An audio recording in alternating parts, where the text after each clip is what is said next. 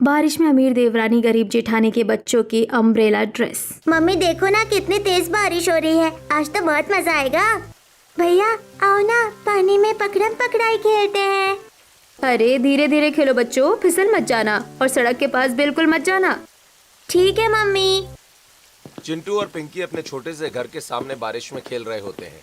तभी गरीब कल्पना की अमीर देवरानी काव्या अपनी बड़ी गाड़ी से तेज रफ्तार में कल्पना के छोटे से घर के सामने बने अपने बड़े से बंगले की तरफ आती है और गाड़ी से चिंटू और पिंकी के कपड़ों और चेहरों पर कीचड़ उछालते हुए अपने बड़े बंगले के दरवाजे पर रुकती है। और काव्या, रोहन और पूजा एक्सपेंसिव अम्ब्रेला लेकर अपने घर के दरवाजे पर आते हैं। अरे वाह, देखो कीचड़ वाले गरीब। मम्मी सही कहती है, गरीब लोग ऐसे ही गंदे रहते हैं। रोहन, पूजा, ये कैसी बातें कर रहे हो? चिंटू और पिंकी तुमसे बड़े हैं, ये मेरे बड़े भैया के बच्चे हैं, ऐसे किसी का मजाक नहीं उड़ाते। पापा, हमने कुछ गलत नहीं कहा। मम्मी तो कहती है कि ये गरीब है, इन्हें गरीब बोलो। मम्मी ने सिखाया है कि इनके साथ मत खेलना, यही गरीब लोग हैं। भैया मेरे सारे कपड़े गंदे हो गए। कोई बात नहीं पिंकी, चलो पानी से साफ कर लेते हैं। लगता है बारिश गरीबों को ऐसे ही नहलाती है। मम्मी बड़ा मजा आया इन गरीबों पर कीचड़ फेंक कर। पूजा, मेरे समझाने पर भी तुम उनका मजाक उड़ा रही हो। और काव्या, तुमने जानबूझकर कीचड़ क्यों उड़ाया उन पर? तुम गाड़ी धीरे भी तो चला सकती थी ना। पापा, हमने कुछ गलत नहीं कहा। मम्मी तो कहती है कि ये गरीब है, इन्हें गरीब बोलो। निखिल हैरानी से काव्या की तरफ देखने लगता है। उसी समय रामलाल और कमला देवी भी बाहर आ जाते हैं। बहू, तुमने बच्चों को ये सब सिखाया है? हाँ सिखाया है, तो क्या गलत सिखाया है? गरीब है तो गरीब ही कहेंगे, खर्च तक नहीं उठा पाते, इसी वजह से तो अलग रहते हैं। ऊपर से देखिए इनकी बेशर्मी, हमारे बंगले के सामने छोटा सा घर बनाकर रहने लगे हैं। बहू, वो रहने नहीं लगे हैं, वो जगह उनकी ही है। इस घर पर जितना हक निखिल का है उतना ही राघव का भी है। राघव मेरा बड़ा बेटा है और कल्पना मेरी बड़ी बहू है, ये बात कभी मत भूलना। और आज के बाद अगर बच्चों को ऐसी बातें सिखाई तो मुझसे बुरा कोई नहीं होगा। काव्या गुस्से में मुंह फेर लेती है। तभी कल्पना घर से बाहर आती है। कल्पना चिंटू और पिंकी के गंदे कपड़े देखती है लेकिन कुछ नहीं कहती। पिताजी, माँ जी, जाने दीजिए, बच्चे हैं समझ जाएंगे, बात को यही खत्म कर दीजिए। कल्पना चिंटू और पिंकी का हाथ पकड़कर घर के अंदर ले जाती है। दूसरी तरफ कल्पना भी अपने बच्चों को लेकर अंदर चली जाती है। बाहर बारिश पहले से भी तेज होने लगती है और ये बढ़ती बारिश आगे चलकर दोनों परिवारों की जिंदगी बदलने वाली होती है। कुछ दिन बीतते हैं। एक दोपहर मूसलाधार बारिश में कल्पना और राघव के छोटे से घर की छत से पानी टपक रहा होता है और चारों तरफ सामान भीग रहा होता है। माँ देखो ना, मेरी सारी किताबें भीग रही हैं। कल से स्कूल खुल रहा है, मैं स्कूल कैसे जाऊँगा? माँ मेरे बिस्तर पर भी पानी गिर रहा है, हमारे पास तो छाता भी नहीं है। मेरे बच्चों, परेशान मत हो। चिंटू, किताबें इस प्लास्टिक की थैली में रख दो और पिंकी अपनी गुड़िया दो, मैं अलमारी के कोने में रख देती हूँ। लेकिन माँ पापा, अगर कल भी बारिश हुई तो हम स्कूल कैसे जाएंगे? हमारे पास तो रोहन और पूजा की तरह अम्ब्रेला भी नहीं है। भगवान पर भरोसा रखो बेटा, भगवान किसी को निराश नहीं करते हैं। मैं जा रहा हूँ फैक्ट्री काम करने, आते वक्त तुम दोनों के लिए एक अम्ब्रेला लेता आऊंगा। जी, आप भी अपना ध्यान रखिएगा। राघव फैक्ट्री पहुंचता है। फैक्ट्री का बड़ा सा गेट बंद होता है। गेट के बाहर बारिश में भीगते हुए कई मजदूर खड़े होकर आपस में बातें कर रहे होते हैं। सामने फैक्ट्री का मालिक धनंजय और मैनेजर खड़े होते हैं। अरे रामू, आज फैक्ट्री क्यों बंद है? पता नहीं राघव भैया, अभी साहब आए हैं, वही कुछ बताने वाले हैं। सुनिए सब लोग, आज से बारिश खत्म होने तक फैक्ट्री पूरी तरह बंद रहेगी। अब आप लोग सब अपने अपने घर जाइए। साहब, फैक्ट्री बंद रहेगी तो हम लोग काम कहाँ करेंगे? जहाँ काम मिले वहाँ कर लेना, मुझे उससे कोई मतलब नहीं। साहब, काम अचानक कहाँ मिलेगा? हमारे घर का खर्च इसी नौकरी से चलता है। आप हमें कोई दूसरा काम दे दीजिए या अपनी दूसरी फैक्ट्री में शिफ्ट कर दीजिए। मैंने कहा ना, मेरे पास कोई काम नहीं है। लेकिन साहब, घर की छत टपक रही है, बच्चों के लिए छाता खरीदना है, स्कूल की फीस देनी है, राशन लेना है, दवाइयाँ भी चल रही हैं। बारिश का पूरा मौसम कैसे निकलेगा? देखो, ये सब तुम्हारी परेशानियां हैं। मेरा उनसे कोई लेना देना नहीं। अरे नहीं साहब, आप हमें दूसरी फैक्ट्री में ही लगवा दीजिए, भले हाफ टाइम लगवा दीजिए। जब तक ये फैक्ट्री बंद है तब तक हमारा घर चल जाएगा। भाई मैं किसी को कहीं नहीं लगवाऊंगा, जिसे जहाँ जाना है चला जाए। ठीक है साहब, हम चले जाते हैं। हमें इस महीने की अच्छा मजदूरी तो दे दीजिए। अभी कोई पैसे नहीं मिलेंगे। पर क्यों साहब, हमने तो पूरा महीना काम किया है ना। देखो, जब फैक्ट्री दोबारा खुलेगी तब सबको पैसे मिलेंगे। अगर अभी पैसे दे दूं और तुम लोग अगर वापस आए ही नहीं तो फिर मेरा नुकसान कौन भरेगा? हाँ, इसलिए जब फैक्ट्री खुलेगी तभी मजदूरी मिलेगी। सभी मजदूर मायूस होकर वहां से चले जाते हैं। राघव भी बारिश में भीगता हुआ घर की तरफ चल पड़ता है। तभी उसकी नजर रास्ते में सड़क किनारे एक बुजुर्ग दंपति पर पड़ती है, जो छाता लिए हाथ से बने छाते बेच रहे होते हैं। बेटा, एक छाता ले लो हमारा, सुबह से एक भी छाता नहीं बिका। बेटा, 2 वक्त की रोटी का इंतजाम भी मुश्किल हो गया है, क्योंकि अब तो लोग फैंसी अम्ब्रेला खरीदते हैं। हमारे जैसे लोगों के छाते कोई नहीं लेता है। चाचा, छाता हो या अम्ब्रेला, बात तो एक ही है। बारिश से बचना चाहिए, नाम से क्या ही फर्क पड़ता है। सही कहा बेटा। कितने का है? 100 रुपए का है बेटा। देखिए, मेरे पास अभी पूरे पैसे नहीं हैं, 50 रुपए ही हैं। ले जाओ बेटा, भगवान करे ये छाता तुम्हारे काम आए। जो है वही दे दो, इन्हीं से कुछ खरीद कर खा लेंगे, क्योंकि छाता तो खा नहीं सकते हैं। धन्यवाद चाचा, धन्यवाद चाची। राघव छाता लेकर घर की तरफ चल पड़ता है। चेहरे पर मुस्कान होती है, लेकिन फैक्ट्री बंद होने और मजदूरी ना मिलने की चिंता अभी भी राघव के मन में बनी रहती है। वहीं दूसरी तरफ बंगले की बैल्कनी में काव्या मोबाइल कैमरा लगाकर रील बना रही है। रोहन नई अम्ब्रेला ड्रेस पहनकर बारिश में उछल कूद कर रहा है। हेलो फ्रेंड्स, देखिए मेरे रोहन की नई अम्ब्रेला ड्रेस। पूरे शहर में ऐसी ड्रेस किसी के पास नहीं है, क्योंकि अपने बच्चों के लिए मैंने ये ड्रेस फॉरेन से मंगवाई है। एक बूंद बारिश भी अंदर नहीं जाती और न ही कीचड़ टिकेगा इस अम्ब्रेला ड्रेस पर। मम्मी, कल तो स्कूल में सब मुझे ही देखेंगे। मैं सभी को अपनी स्पेशल अम्ब्रेला ड्रेस फ्लेक्स करूंगा। वाह बहू, सच में बहुत सुंदर अम्ब्रेला ड्रेस है, देखने वाला बस देखता ही रह जाएगा। मम्मी जी, बहुत पैसे लगे हैं इसके पीछे। इतने पैसे में तो मैं अपनी गरीब जेठानी को 3 बार खरीद लूंगी, जितने में मैंने सिर्फ ये अम्ब्रेला ड्रेस खरीदा है, सिर्फ अपने बच्चों के लिए। अपने छोटे से घर के दरवाजे पर खड़ी कल्पना ये सब सुन रही होती है। ये तो बहुत अच्छा हुआ कि काव्या ने बच्चों को बारिश से बचाने के लिए अम्ब्रेला ड्रेस ले ली। ऐसा करती हूँ, रोहन और पूजा की पुरानी रेनकोट या कोई पुराना छाता हो तो काव्या से मांग लेती हूँ, इनके कुछ रुपए बच जाएंगे। हल्की बारिश में कल्पना बड़ी हिम्मत करके बंगले के अंदर आती है और दरवाजे पर ही रुक जाती है। माँ जी, एक बात कहनी थी। हाँ बोल बड़ी बहू, क्या बात है? और तू अंदर तो आ पहले। अंदर ही तो हूँ माँ जी। वैसे कल बच्चों का स्कूल खुल रहा है, अगर रोहन का कोई पुराना छाता या रेनकोट रखी हो तो बच्चों के लिए दे दीजिए, बारिश में उनका काम चल जाएगा। छोटी बहू, अगर रोहन की कोई पुरानी रेनकोट या छाता रखा हो तो कल्पना बहू को दे दो। मम्मी जी, मैं अपने बच्चों की उतरी हुई चीजें भी इन्हें नहीं दूंगी। मेरी नजर में उन चीजों की कीमत इनसे कहीं ज्यादा है। देवरानी जी, बच्चों का सवाल है, पुरानी ही दे दो, बारिश निकल जाएगी। जेठानी जी, क्या आपको समझ नहीं आता? मेरे बच्चों की उतरी हुई चीजें आपके बच्चों के लिए नहीं है, और वैसे भी मैं अपने बच्चों की पुरानी चीजें जरूरतमंदों को देती हूँ, हर किसी को नहीं।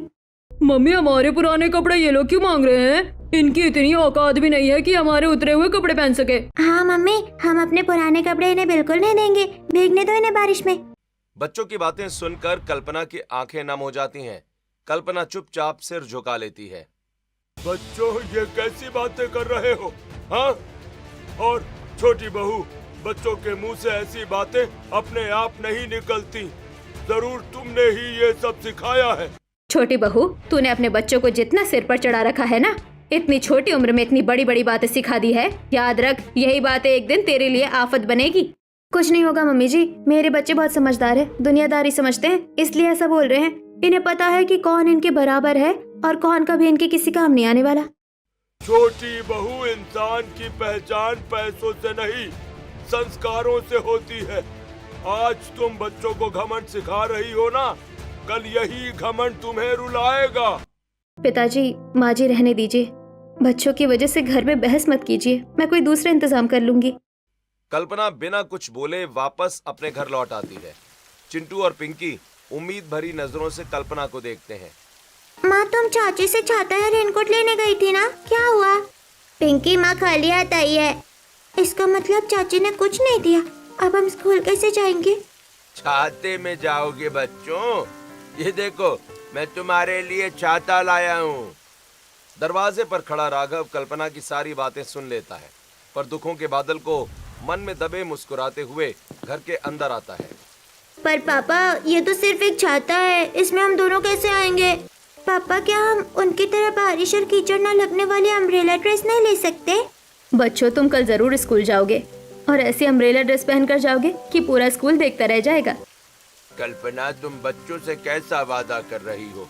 मेरे पास बिल्कुल भी पैसा नहीं है और बारिश खत्म होने तक हमारी फैक्ट्री भी बंद कर दी गई है और बारिश की वजह से कहीं बाहर कोई दिहाड़ी भी नहीं मिलती है और ना ही इस महीने की दिहाड़ी मिली है। क्या फिर? अब घर कैसे चलेगा? आटा, दाल, चावल, राशन, ये सब कैसे आएगा? मम्मी, हमारी स्कूल फीस कैसे भरी जाएगी? बच्चों, अभी तो मुझे भी कुछ समझ नहीं आ रहा। कोई भी घबराएगा नहीं। भगवान ने मुसीबत दी है तो रास्ता भी वही निकालेगा। फिलहाल हमें सिर्फ अपने बच्चों के बारे में सोचना है और आप बिल्कुल चिंता मत कीजिए। दिहाड़ी मिलना या ना मिलना भगवान के हाथ में है, लेकिन कोशिश करना हमारे हाथ में है। ऐसे ही रात होती है, सभी सो जाते हैं। वहीं कल्पना नई और एक पुराने छाते की प्लास्टिक की चादरें और पुराना कपड़ा निकालकर सुई धागा लेकर सिलाई करने लगती है। नींद और बारीक सिलाई की वजह से कल्पना के हाथों में सुई चुभ जाती है। सुई चुभ गई। ये सुई चाहे मुझे 100 बार भी चुभ जाए, लेकिन मैं अपने बच्चों के लिए ऐसी अम्ब्रेला ड्रेस जरूर बनाऊंगी जो पुराने छाते की मजबूत कपड़े और नए छाते के हल्के मुलायम और पुराने कंफर्टेबल कपड़ों को जोड़कर बनेगी। ड्रेस इतनी हल्की और आरामदायक होगी कि बच्चों को बिल्कुल उमस नहीं होगी। बारिश और कीचड़ का एक छींटा भी शरीर तक नहीं पहुंचेगा। धोने में भी आसान होगी और तो इस पर बच्चे अपने मन मुताबिक कोई भी डिजाइन बनाकर पहन सकते हैं। सुई कई बार उंगली में चुभती है, फिर भी कल्पना रुकती नहीं। पूरी रात बीत जाती है। सुबह होते ही कल्पना दोनों बच्चों को आवाज लगाती है। चिंटू और पिंकी नींद से उठकर सामने टंगी 2 नई ड्रेस देखकर हैरान रह जाते हैं। दोनों ड्रेस रंग बिरंगी होती हैं। माँ, ये कितनी सुंदर अम्ब्रेला ड्रेस है। क्या ये हमारे लिए बनाई है? हाँ बेटा, ये तुम दोनों के लिए है। इसे पहनोगे तो बारिश तुम्हें छू भी नहीं पाएगी।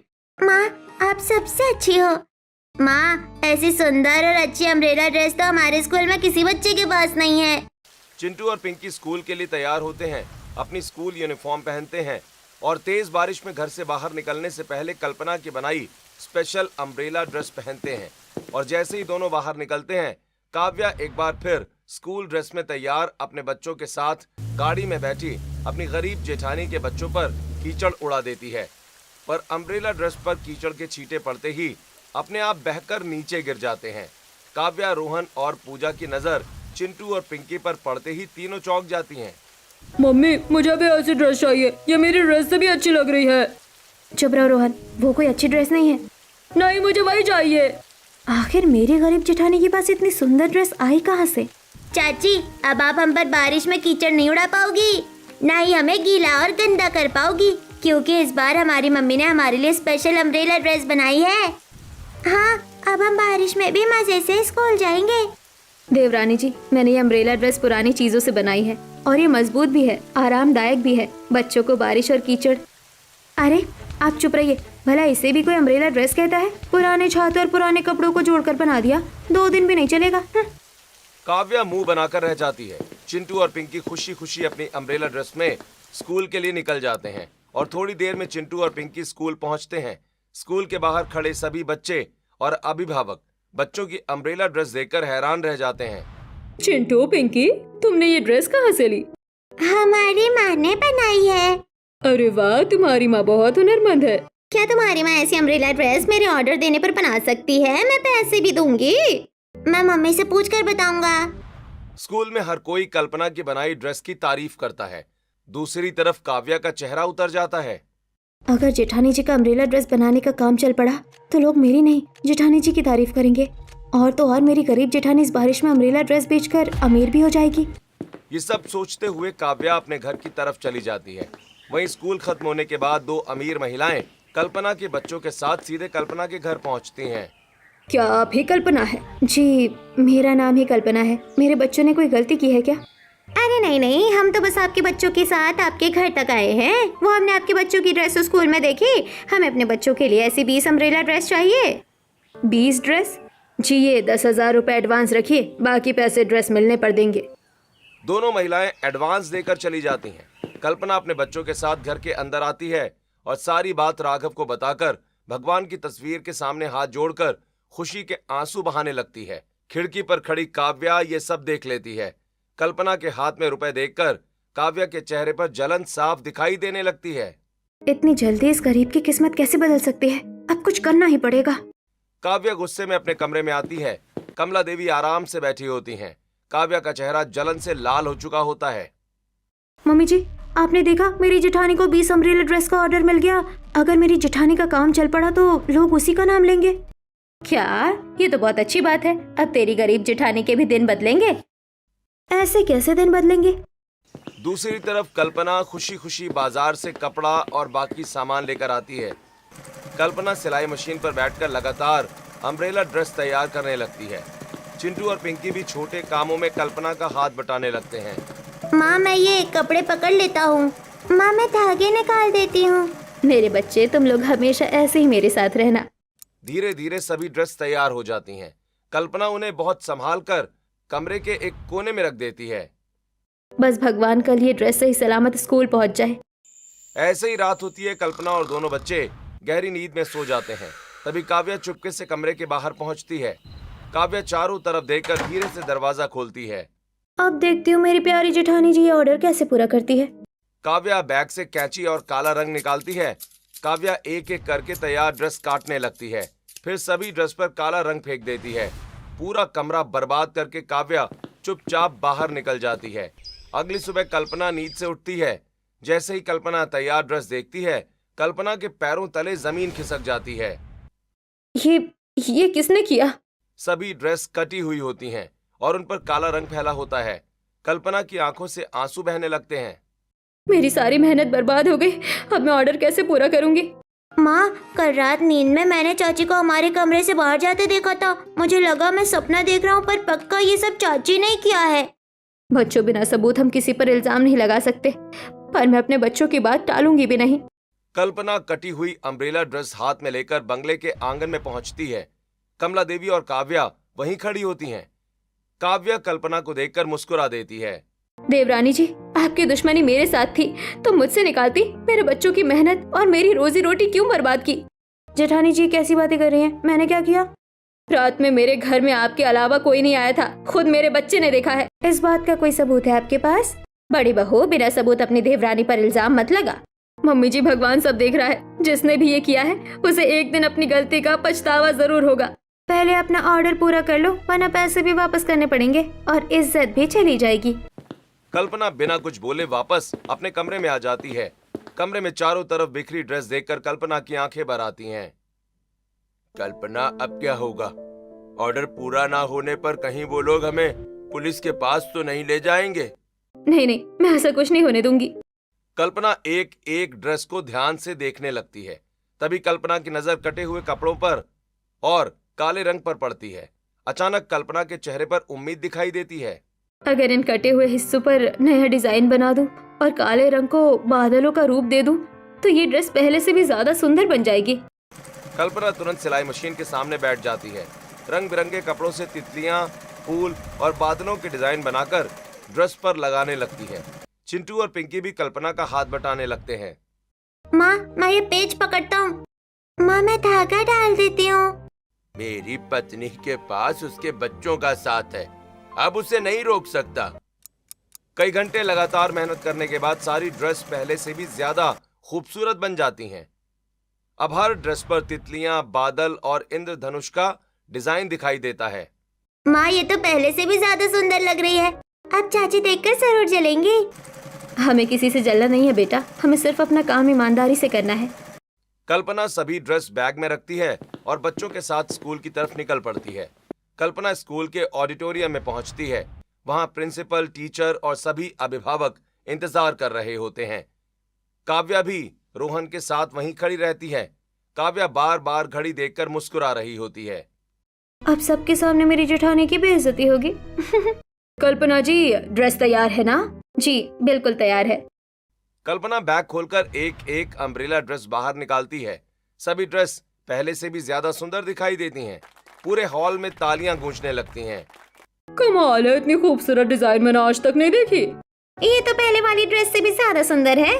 कल्पना जी, आपने सच में बहुत शानदार काम किया है। सभी बच्चे अम्ब्रेला ड्रेस पहनकर स्टेज पर आते हैं। जैसे ही बच्चे घूमते हैं, अम्ब्रेला ड्रेस के पीछे लगा छोटा सा अम्ब्रेला खुल जाता है। पूरा हॉल तालियों से गूंज उठता है। मम्मी, मुझे भी ऐसी ड्रेस चाहिए। चुप रहो। कई लोग मोबाइल निकालकर वीडियो बनाने लगते हैं। एक फैशन ब्लॉगर भी वीडियो रिकॉर्ड करता है। दोस्तों, ये है कल्पना जी। इन्होंने कबाड़ से ऐसी अम्ब्रेला ड्रेस बनाई है जिसे देखकर हर कोई हैरान है। कुछ ही देर में कल्पना का वीडियो तेजी से वायरल होने लगता है। हर तरफ कल्पना की तारीफ होने लगती है। कल्पना जी, हमें अगले महीने की 50 ड्रेस चाहिए। और हमें भी अपने स्कूल के लिए ऑर्डर देना है। आप सबका बहुत बहुत धन्यवाद। काव्या गुस्से से वहां से निकल जाती है। काव्या का चेहरा गुस्से से लाल हो चुका होता है। एक बार फिर बच गई, लेकिन अब मैं ऐसा वार करूंगी कि जेठानी जी कभी संभल नहीं पाएंगी। शाम होने लगती है। तेज बारिश के साथ आंधी शुरू हो जाती है। काव्या रोहन को लेकर कार से घर लौट रही होती है। अचानक सड़क पर पानी भर जाता है। कार बीच पानी में बंद हो जाती है। मम्मी, कार में पानी आ रहा है। रोहन जल्दी बाहर निकलो। दोनों जैसे ही बाहर निकलते हैं, तेज हवा में काव्या का महंगा छाता टूट जाता है। रेन कोट भी फट जाता है। बारिश लगातार तेज होती जाती है। मम्मी, मुझे बहुत डर लग रहा है। कोई है, हमारी मदद करो। उसी समय दूसरी तरफ से कल्पना, चिंटू और पिंकी अपनी अम्ब्रेला ड्रेस पहनकर घर लौट रहे होते हैं। तीनों बिल्कुल सुरक्षित होते हैं। वहीं काव्या और रोहन सड़क के किनारे बारिश में भीग रहे होते हैं। चारों तरफ पानी भर चुका होता है। तभी कल्पना, चिंटू और पिंकी वहां पहुंच जाते हैं। कल्पना के हाथ में 2 एक्स्ट्रा अम्ब्रेला ड्रेस होती हैं। बड़ी माँ, मुझे बहुत ठंड लग रही है। जेठानी जी, प्लीज मेरे बच्चे को बचा लीजिए। मुझसे बहुत बड़ी गलती हो गई। काव्या, पहले रोहन को ये अम्ब्रेला ड्रेस पहना दो। कल्पना रोहन और काव्या को अम्ब्रेला ड्रेस पहना देती है। कुछ ही पल में दोनों बारिश से सुरक्षित हो जाते हैं। मम्मी, अब मुझे ठंड नहीं लग रही। बड़ी माँ की ड्रेस बहुत अच्छी है। जेठानी जी, मैंने आपको बर्बाद करने के लिए इतना कुछ किया, उसके बाद भी आपने मेरे और मेरे बेटे की मदद की। देवरानी जी, मुसीबत में अपनों का साथ छोड़ना नहीं चाहिए। सभी लोग घर पहुंच जाते हैं। कमला देवी घबराई हुई दरवाजे पर खड़ी होती हैं। अरे काव्या बहू, तुम दोनों ठीक तो हो? दादी, बड़ी माँ ने हमें बचा लिया। अगर बड़ी माँ नहीं आती तो हम दोनों बहुत मुसीबत में फंस जाते। क्या सच में? हाँ माँ जी, आज मेरी जान और रोहन की जान मेरी गरीब जेठानी ने बचाई है। काव्या की आंखों से आंसू निकलने लगते हैं। काव्या धीरे धीरे कल्पना के सामने आकर खड़ी हो जाती है। जेठानी जी, मुझे माफ कर दीजिए। आपकी ड्रेस मैंने ही काटी थी, उन पर काला रंग भी मैंने ही फेंका था। मैं आपकी कामयाबी से जलने लगी थी। क्या ये सब तुमने किया था? हाँ मम्मी जी, सारी गलती मेरी थी। मुझे मेरी गलती की सजा मिल गई मम्मी जी। आज अगर जेठानी जी चाहती तो मुझे और रोहन को वहीं छोड़ सकती थी। देवरानी जी, बीती बातों को भूल जाइए। परिवार टूटने से किसी का भला नहीं होता। पूरा परिवार खुशी खुशी एक दूसरे से गले मिल रहा होता है। तभी निखिल वहां पहुंचता है। अरे, ये क्या हो रहा है? आप दोनों देवरानी जेठानी एक कैसे हो गई? और काव्या, तुमने बड़ी भाभी को स्वीकार कर लिया? स्वीकार तो करना ही था, लेकिन मैंने अभी तक आपको आधी बात ही बताई है। जेठानी जी ने आज सिर्फ बारिश में बच्चों को ही नहीं बल्कि उनके भविष्य को भी बचाया है। भविष्य को बचाया? मैं कुछ समझा नहीं। बहू, अभी तो तुमने कहा था कि बड़ी बहू ने बच्चों को बारिश से बचाया। ये भविष्य बचाने वाली बात क्या है? पिताजी, मेरे दोनों बच्चों की दोस्ती स्कूल के 2 बड़े बच्चों से हो गई थी। वही दोनों मेरे बच्चों को चोरी करना और गलत रास्ते पर चलना सिखा रहे थे। अपनी अम्ब्रेला ड्रेस की डिलीवरी करने के बाद कल्पना स्कूल में लगी प्रदर्शनी से बाहर निकल रही होती है। तभी कल्पना की नजर रोहन, पूजा और 2 बड़े बच्चों पर पड़ती है। आज पैसे क्यों नहीं लाए? अगर हमारे साथ कूल बनना है तो रोज पैसे लाने पड़ेंगे।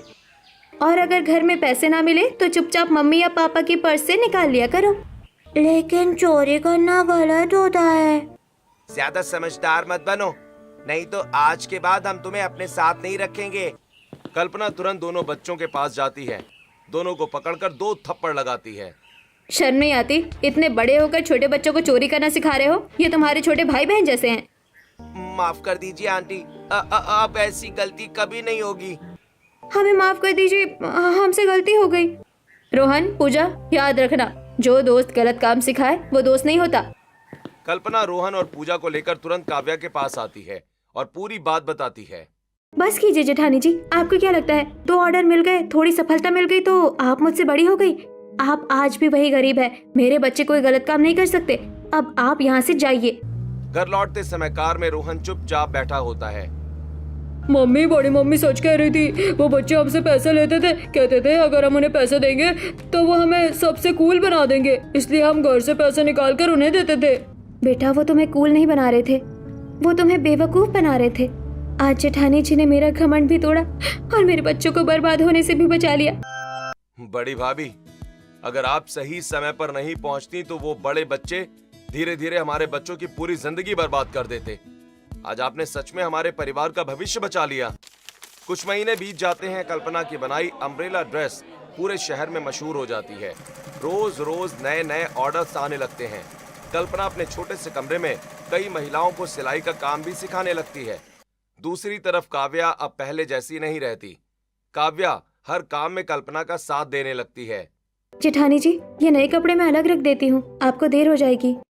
धन्यवाद देवरानी जी, अब काम भी जल्दी हो जाएगा। कल्पना बहू, आज पहली बार इस घर में सब साथ बैठकर खाना खाएंगे। पूरा परिवार एक साथ बैठकर खाना खाता है।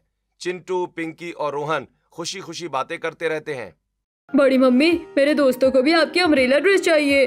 माँ, अब हमारी ड्रेस पूरे शहर में मशहूर हो गई। मेहनत कभी बेकार नहीं जाती बेटा। अगले दिन शहर के बड़े स्कूल से कल्पना के पास 100 अम्ब्रेला ड्रेस का ऑर्डर आता है। एडवांस के रूप में बड़ी रकम भी मिल जाती है। जेठानी जी, ये तो बहुत बड़ा ऑर्डर है। हाँ देवरानी जी, बस भगवान की कृपा है। तभी एक आदमी घर के बाहर आता है। कल्पना जी, शहर के उद्योग विभाग की तरफ से आपको सम्मान समारोह में बुलाया गया है। मुझे? जी, आपने अपने हुनर से बहुत लोगों को रोजगार दिया है। देखा बहू, मेहनत का फल मिल ही गया। समारोह वाले दिन कल्पना स्टेज पर सम्मान लेने जाती है। पूरा हॉल तालियों से गूंज उठता है। कल्पना जी ने साबित कर दिया कि मेहनत और हुनर से कोई भी इंसान अपनी किस्मत बदल सकता है।